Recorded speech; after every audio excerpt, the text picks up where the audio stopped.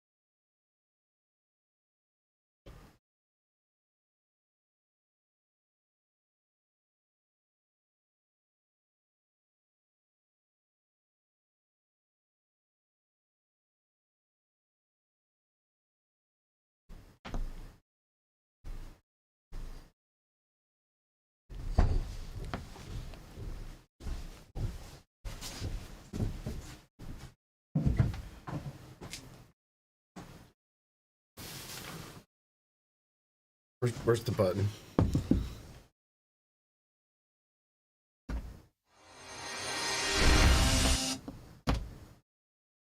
This is the one you're looking for.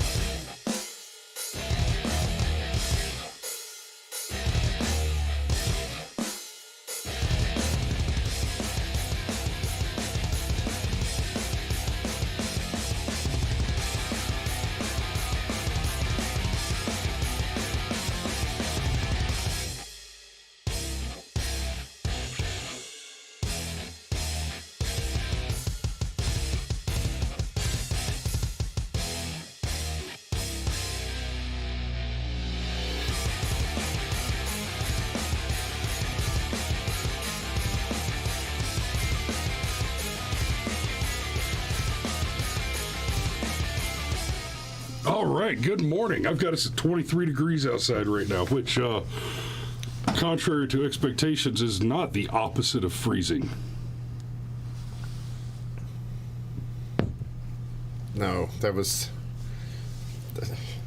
I mean, I see where you were going. I see where you were going. See, but if we were doing Celsius, it would be even more confusing. It would be deeply cold. Well, it's stupid cold outside. That's what. Basically, all over the country. Like, I have friends that live in Florida that are like, 40 degrees in Florida? What happened? Right. I'm like, I saw a blurb earlier that there was one particular part of, I think it was Michigan, that dropped by some ridiculous 25 or 30 degrees in 3.5 minutes. well, I mean, that's how it was. Like, you know, when I laid down last night, it was like 46 degrees. And then when I woke up this morning, it was 23 degrees. And Yeah, it was still 42 degrees when I got up, and that was around 2:30 or 3 o'clock this morning. And, you know, within just an hour or two, it was it was down close to 20. So yep. Good morning. Yep, it's cold. Drip the pipes and drip the pipes. And don't mess around about them gloves and socks. Yes, these things are your friend. And if you don't have a lot of experience, a hat goes a long way. If you bundle up everything, but basically leave your brain, your body's control center exposed, it's amazing. You'll still get really cold really quickly. Yeah, I might be rushing today. My fuzzy hat and the ear flops. So it is the Friday before Christmas. Show up to houses to shoot pictures. They'll be like, "Привет, Dobrich." I brought the Russia with me. You want the picture?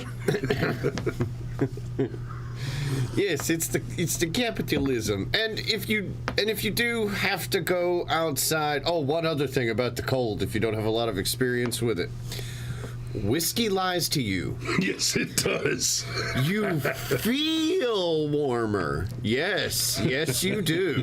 That doesn't mean you are warmer, okay? And remember the way Ron White said it. He said, "I knew there weren't no answers in the bottom of this son of a bitch. That's why I'm going to get another one. I knew that was a dud the minute I looked at it." But it's the Friday before Christmas, and so Merry Christmas. And honestly, when people share that meme that's like, if somebody says Happy Holidays, you say thank you and same to you, otherwise you're an asshole. Generally, I would agree with that, except for the one that says Joyous Kwanzaa. If somebody says Joyous Kwanzaa to you, they're a college-educated white person with a corncob up their ass. Well, in the Happy Holidays thing,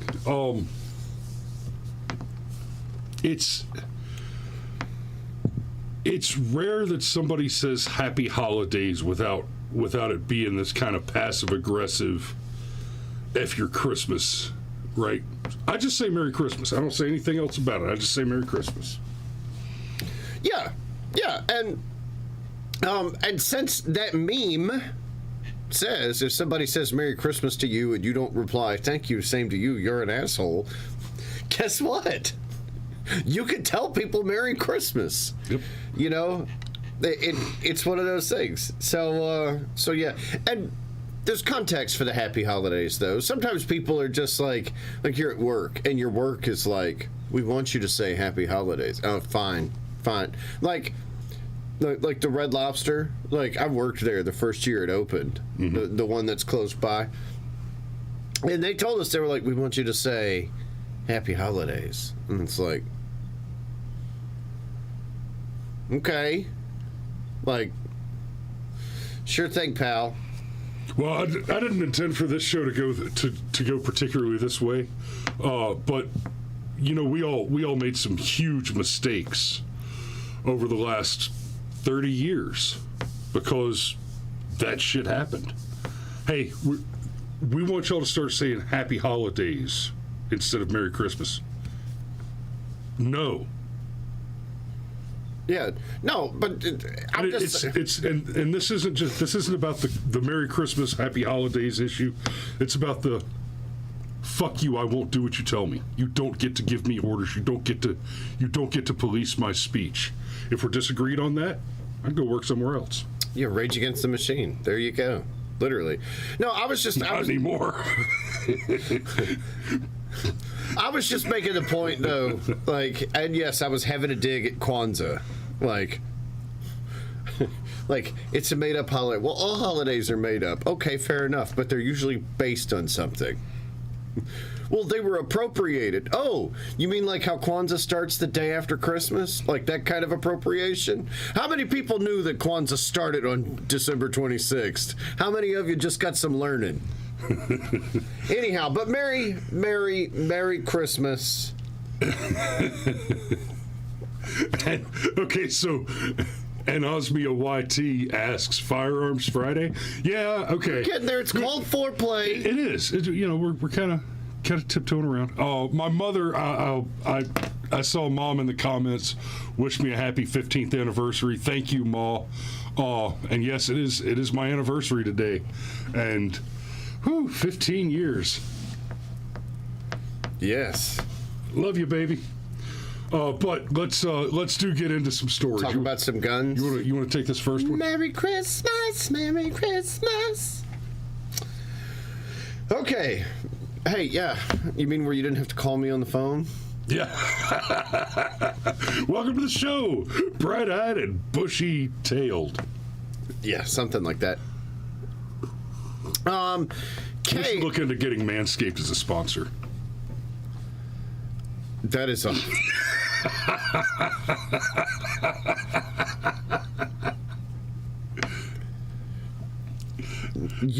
Bushy-tailed. You shilling Manscaped would be just because I don't trim this doesn't mean I don't trim other things. Right. Okay. KRQE News. Breaking news. Oh, Albuquerque news. happy anniversary to Steve and Christy, too. Their 24th just passed. Okay. Here we go. Give me the thing. Thank you. Albuquerque, New Mexico. The Albuquerque Police Department, APD, responded to a shooting on the 1400 block of 3rd St. north of Avenida Cesar Chavez on Wednesday. Later in the day, officials said the shooting was possibly a case of self-defense. Okay, not bad, not bad.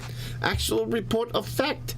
APD officers went to the area around 10:24 a.m. Wednesday for reports of a shooting. Police officers arrived on the scene and found 3 people who were injured during an exchange of gunfire. Officials claim 1 person passed away, 1 was treated and discharged, and the other remains in the hospital. Police said their homicide unit is investigating, and right now there are no outstanding suspects as they believe 2 of the people were shooting at each other. Well, is that what they believe happened? Okay, this was a little short on facts, and I think from context it looks like the dead guy made it to the hospital before It's a little light on details, but we'll go ahead and give this a DOT before moving on. What do you say? I'm okay with it. And, I'm actually okay with it being light on details because this is the kind of thing where, well, if the homicide unit is investigating and they're deciding whether or not to charge the survivor with murder or felony murder or some variation of murder, maybe don't taint a potential jury pool, maybe just tell the truth. Because we see it all the time. Well, the victim was killed during a home robbery. You mean the homeowner? Oh, no, you mean the guy that was breaking in the house was the victim. Right. Right? It's... Yeah. So I'm okay with it being light on details if the situation itself is light on details. Like, we could just tell you... Like, the news is supposed to be the news. You know what I mean? Like, anyhow. So, all right. This one comes out of New York City, apparently. Man shot by NYC MTA worker was ticked off over spurned fist bump. Strap hanger. Wow. That's, I just read that headline. So, you just gonna leave me hanging, bro? the 39-year... You just gonna leave me hanging? Are you going to shoot me? The 39-year-old strap hanger. I'm sure that strap hanger is a thing, but man, 14-year-old me is just wants to run with all the dirty jokes. So, the 39-year-old strap hanger was shot by an MTA worker, that's Metro Transit Authority, in Brooklyn on Tuesday night, was already angry that the transit employee blew him off when he tried to fist bump, sources say. Okay, wait. So, the 39-year-old strap hanger was shot by the MTA employee. And it was the 39-year-old strap hanger who tried to give the employee a fist bump, and the employee blew him off. So the strap hanger got pissed off over the fist bump and then got shot by the transit employee. The incident happened about 9 p.m. at the Brooklyn R train station when Ronaldo Goodyear tried to make the hand gesture to one of a pair of MTA workers, but the employee refused over COVID concerns, police sources say. Okay. Dude, let's get through it. But I mean, I'm the COVID. Of course. If you're worried about COVID, don't ride the fucking subway. Right. Goodyear allegedly followed the man onto an R train, threatening to beat him up. NYPD Chief of Transit Michael Kemper said at a press briefing about the incident at the scene Tuesday. Kemper said the workers got off at the Union Street station to try to defuse the situation, but Goodyear allegedly followed them off the train and into the mezzanine level. There's that word allegedly. And then Jesus. He allegedly came at the armed MTA worker despite several warnings. Despite several alleged warnings. Right. with the employee then shooting Goodyear in the chest. It was allegedly his chest. Yeah, I mean, he could still be paying for it. It could be the bank's chest. This is New York. A strap hanger was shot and wounded by an MTA employee during a dispute at a Brooklyn subway transit station. The wounded man was rushed to New York Presbyterian Brooklyn Methodist Jesus Christ Hospital, where he is listed in critical condition. Goodyear works on and off at a Brooklyn tire shop, his boss told the Post on Wednesday. Everything's a problem with that guy, Danny Argentina said. He also claimed that this isn't the first time Goodyear's been wounded. Okay. I've been wounded, right? You know, you're working on something and you accidentally slip with a tool and bang your thumb or cut your hand. Right? That's a wound, right? I think for context here, it sounds like this isn't the first time that this guy's been gunshot wounded. Yeah, that's the impression that I get. It seems like the kind of thing that you wouldn't just say this isn't the first time he's been wounded without the additional context of in a violent altercation, unless the wounds were somehow relevant there. So, like, oh yeah, he cut his arm open on a cherry picker, helping me swap out a motor the other day. Okay, yeah, that's it. That might be interesting in a different context. But what the hell does it have to do with the gunshot or getting a fight? If your arm has an injury with a cherry picker, you don't have an arm. Like there is no. But I mean, your point's well taken. But I mean, that's like, have you ever seen the Mangler by He got stabbed 20 times, beat up dozens of times. He got shot once and passed his... Okay, so I'm spot on. It wasn't clear if he was the victim or the perpetrator in those incidents. Police have not announced any arrest. Okay, listen, if you're a career wound sufferer... At least some of those are your fault. I mean, it's just math. It's just math. There's 3,700 Marines on this base. Every one of them's a bad fuck. Sweetheart, maybe it's you. There seems to be a common denominator in this bizarre triangle of love. Maybe it's you. Davey said the employee who had the gun, a transit revenue collector, who was not identified, is one of about 274 transit workers who are armed. Of course, the revenue collector is armed. Yeah, it's not lost on me that the guy with the badge in New York City can carry a pistol. Right, of course. Like, but let you or I try and carry a gun onto a train in New York. Yeah. Anyhow. So, okay, a couple of layers to this. Refusing the fist bump because of COVID makes me think the transit employee is a loser. But getting angry because somebody wouldn't fist bump you, and apparently this is not the first time in your life you've gotten angry over some dumb shit. Yeah. Also makes me... So... I think the moral of the story here is pretty clear. Two losers walk into a train. New York City is full of trash. And that trash happens to be the people. Right. I mean, like, seriously, though, two losers walk into a train in New York. Exactly. One of them won't fist bump the other and get shot. Oh, okay. That's not even the weirdest thing I've ever heard.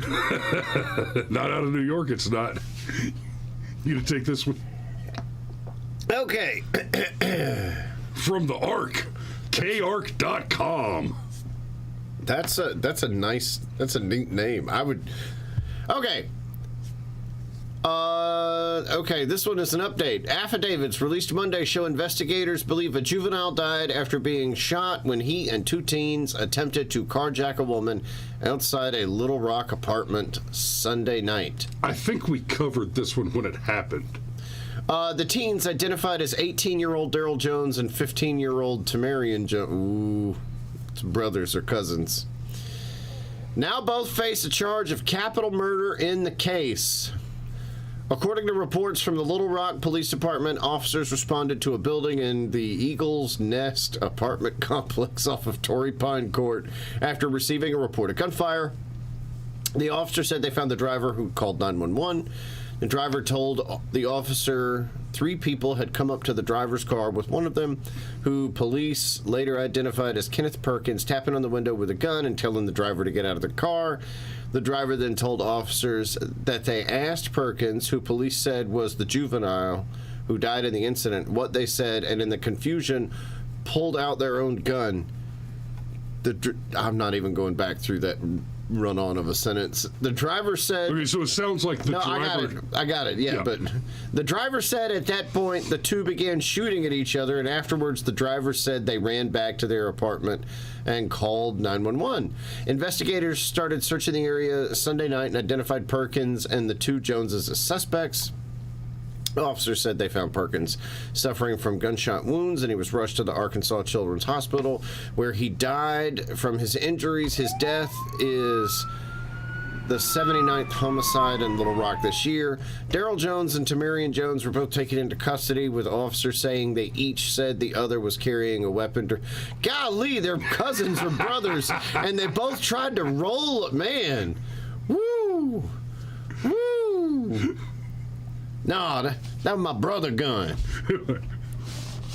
It's like, hey, dude.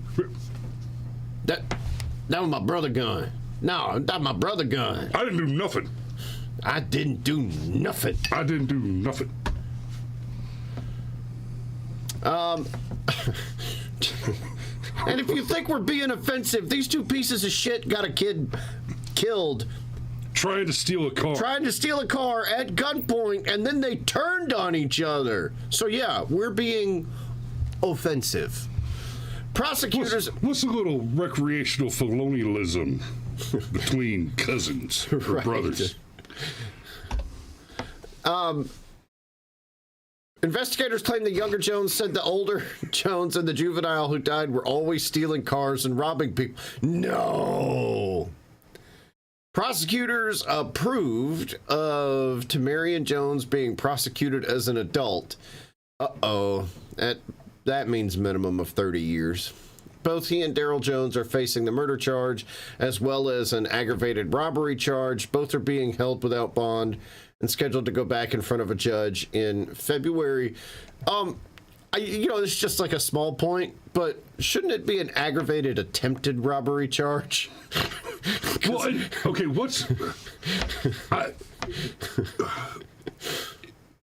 Grand Theft Auto? Grand Theft versus robbery? I think, in Grand Theft, forget the auto part. Grand Theft versus robbery has to do with the actual value of the object. Right, there's a point at which if you steal $30 or $40 worth of stuff, you've committed one crime. But as soon as the value of it gets up over $500 or $600 or something, then that crime becomes a felony. Right. Steve is saying something about the attack on the noise gate. We are aware of it. We think it's the heater, and we're not turning off the heater. No. The attack on the noise gate. He's talking about a very specific part of the sound technology, not background noise. Gotcha. And I can take a look at that. Yeah, Steve, I'll talk to you later about the exact symptom that you're noticing, and I'll see if I can fix it. So the driver is currently not facing any charges in the incident. One should hope. You mean the victim? The victim is currently not facing any charges in the incident. Like, let's just be clear. Yeah. Okay. A group of youths. What now? walked up to this guy's car, literally stuck a gun in his face, tried to steal his car, and, well, it was the wrong one. I mean, that's what it amounted to. Was it his car or was it her? Yeah, a woman. Her car. Excuse me, her car. Oh, okay, Yes. so this is a pro-feminism story, too. Yeah, I love it. I'm pretty sure we covered this one last week. Yes, I said ute. What's a ute? It's a youth without the H, obviously. Okay, homeowner shoots, seriously injures intruder in par hump. Police say, okay. I know I just stick to that H&R like no man's business, but I guarantee you that for the rest of this conversation and presentation, this city is called Par Hump. The Nye County Sheriff's Office. I didn't even know her. The Nye County Sheriff's Office says a homeowner in Par Hump shot an armed intruder who was wanted for violating their parole. On Thursday, December the 15th at around 9:30 p.m., Nye County Sheriff's Office deputies responded to the 6,000 block of East Kellogg Road for a report of shooting. During their investigation, deputies learned 48-year-old Sean Richard of Par Hump had unlawfully entered that home. During the invasion, the homeowner, who was armed with a firearm, shot and critically injured Richard as he attempted to enter the room of the home. Into the bedroom of the home. Into the bedroom of the home. No, I'm tracking. I think you can. Of course, he was trying to enter the bedroom of the home. He was committing a home invasion in Par Hump. Where else do you do your par humping than the illicitly entered bedroom? Well, I mean, if you're already willing to break the law, there's lots of places. There's lots of places. Oh, God, this gets better. The sheriff's office says Richard was in possession of a shotgun that was stolen from a home invasion the previous night. Richard was wanted at the time for probation violation. Richard faces new charges of home invasion, grand larceny of a firearm, burglary, and prohibited person in possession of a firearm. I'm half tempted to give this one a DRT because it sounds to me like Richard is not the kind of guy that's going to do well when he is inevitably locked the fuck up with a bunch of people that say, "You're a dumbass, aren't you?" Well, look. Richard's about to hear him say, "You sure do have a pretty mouth there, sweetheart. I'll trade you a moon pie for that brown eye, boy." Well, okay. So I realize the shotgun is evidence, but does the person who had their shotgun stolen, like, how long does it take them to get it back? Forever. That gun is gone. That was one thing that thing about cops and guns. If the law can make up any excuse at all to confiscate your firearm, right, as evidence in any kind of investigation, you might as well go buy a new one.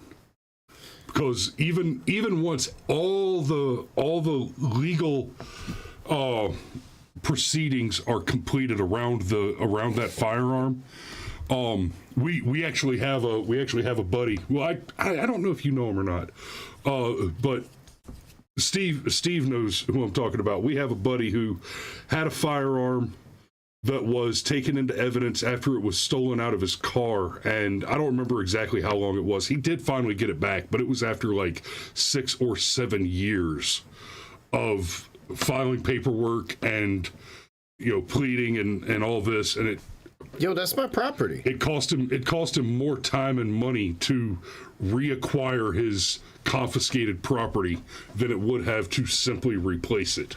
That was one thing that Papa Sheepdog used to say. He said, whatever your daily carry is, buy a twin. Because if you ever have to use it, and you might as well think of it as gone. Yeah. And so what do you mean? So it'll take you years to get it back. It's evidence. And they're like, yeah, but they don't actually have to have the gun to know what gun was used. Oh, Steve, no, it wasn't the dude at VTS. It was, oh, damn it, what's his name? Cold Ethel. So, now I can't remember his name. So, but it was confiscated from his vehicle. It was confiscated from his vehicle in the parking lot at Hill Phoenix. So it's man, it's Christmas. Do you have anywhere to be? Can we do one more? It's my own fault for missing last week. Donegan. But I missed last week, and I do actually have to get out the door. I've got to be in Mayretta in an hour. So you're already late. Yeah, I am. It's a vacant house, so it's not going to matter if I'm a little later. But I've got to get there soon enough to shoot it and get to the next one. Okay, Merry Christmas. So we've got time for one more. Merry Christmas, Happy New Year, everything except for Kwanzaa. Stupid made up bullshit. Yep. All right, here we go. And this one's all you. Neighbor shooting case with self-defense claim at court for Wednesday hearing. Look, it's Chris in 10 years. Ouch, man. Buckhannon, West Virginia, a 70... Oh, Jesus. He's 70. Whoo! A 70-year-old Buckhannon man who's... Ouch, man! who's contending self-defense against a malicious assault charge in a shooting of his neighbor earlier this month is set for a probable cause hearing Wednesday. A malicious assault. I love the way some of these things are written. The court session for Charles Ricky Wolford is scheduled for 10:30 a.m. before Upshur Magistrate Paul Davis, according to the information from the office of Upshur Magistrate Clerk Angela Brady. The neighbor asking where his wife was on December 13th kicked Wolford's door twice, shattering the front door window pane the second time. State police. Why the fuck was this guy arrested? Bro, you kick my door in and I shoot you. I feel like that's pretty clean. Mr. Wolford obtained a .45 caliber pistol and fired one warning shot at the top of the door. Mr. Wolford verbally warned that he would shoot the neighbor. The neighbor advised he did not care. Why has this guy been arrested? So Mr. Wolford fired 3 additional rounds through the door, which did strike the neighbor. Earlier that day, the neighbor was inside Wolford's house for dinner. The complaint alleged, presumed innocent. Wolford remained with $75,000 bond. Yeah. So he got arrested on the 13th. That's 10 days ago. So now the guy's going to have a probable cause hearing. Yeah, okay, so he's there's facing, a few things we need to take away from this story. So that nobody died. And right. Yeah, okay, fine. The neighbor was in his house like 4 hours earlier eating dinner. Okay. And where did this happen? West Virginia. Wow. Okay, based on this story, there must be factors missing. Because West Virginia is a very pro-2A state. They have a stand your ground. I think they have a castle doctrine law, not stand your ground. It's a little different. So the charge is malicious assault. What makes it? Yeah, I mean, what makes it? Okay, so for one, this dude's 70 years old with a big white beard, and the neighbor is afraid his wife's in there.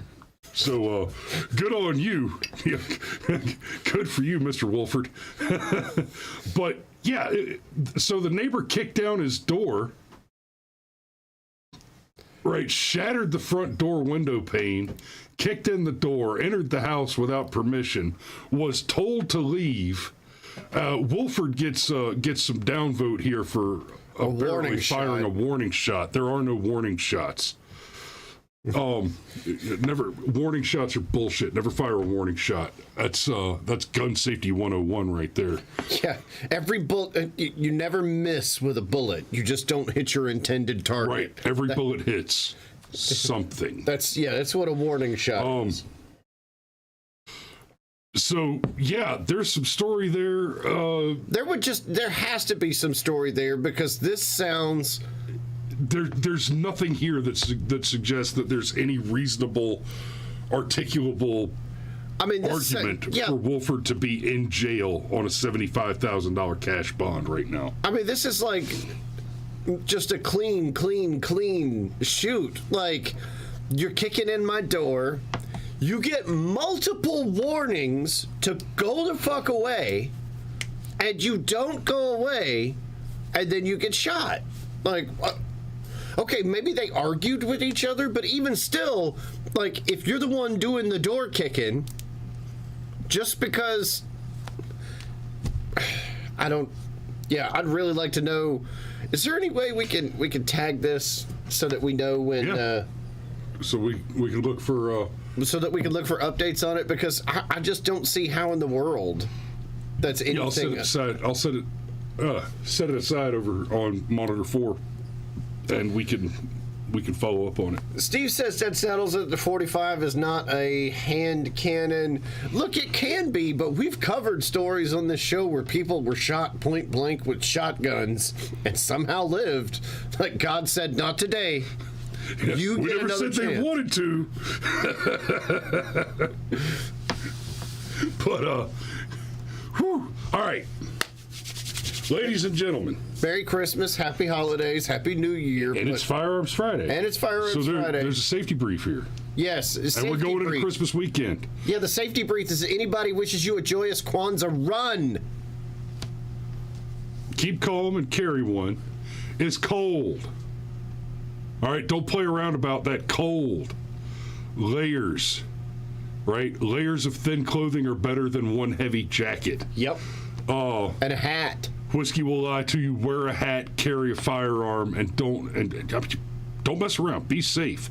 Now, when the fat man comes down the chimney, offer him cookies. You don't need to shoot him. Okay, now. Some stand-ups like bourbon. If the kids are out of the room now, if a fat man comes down your chimney, put rounds in his ass. Just because it's Christmas doesn't mean you have to give your shit away. Roger? Dude, if a fat man comes down your chimney, that's a big chimney. It is. Also, there are some. And Danny helpfully was reminding us that you need to reverse the wires on your battery to make sure that it's blowing hot air instead of the AC. Is that like that? Oh wow! Steve says leave Hennessy out for Chigro claws. I hadn't thought about Chigro in a hot minute. If y'all don't know about the Chigro, he's kind of like halfway between Santa Claus and Krampus. He comes in the night when you don't eat your vegetables to steal your left shoe and your good dreams. You know, honestly, I think Hennessy is overrated, like massively. Yeah, I agree. Like, yeah. Oh, but that bamboo rum that I got upstairs, I might pour you a glass of that tonight. Yeah. I'm gonna have to check that out. That's some kind of special. That looks Appreciate good. that one from you, Sergeant Major. Love you. All right, so y'all be safe out there. Don't drive drink. Don't fry bacon naked. And Merry Christmas. Mind your P's and Q's on those paper cuts. Christmas morning is going to be busy around here. Love you. That one.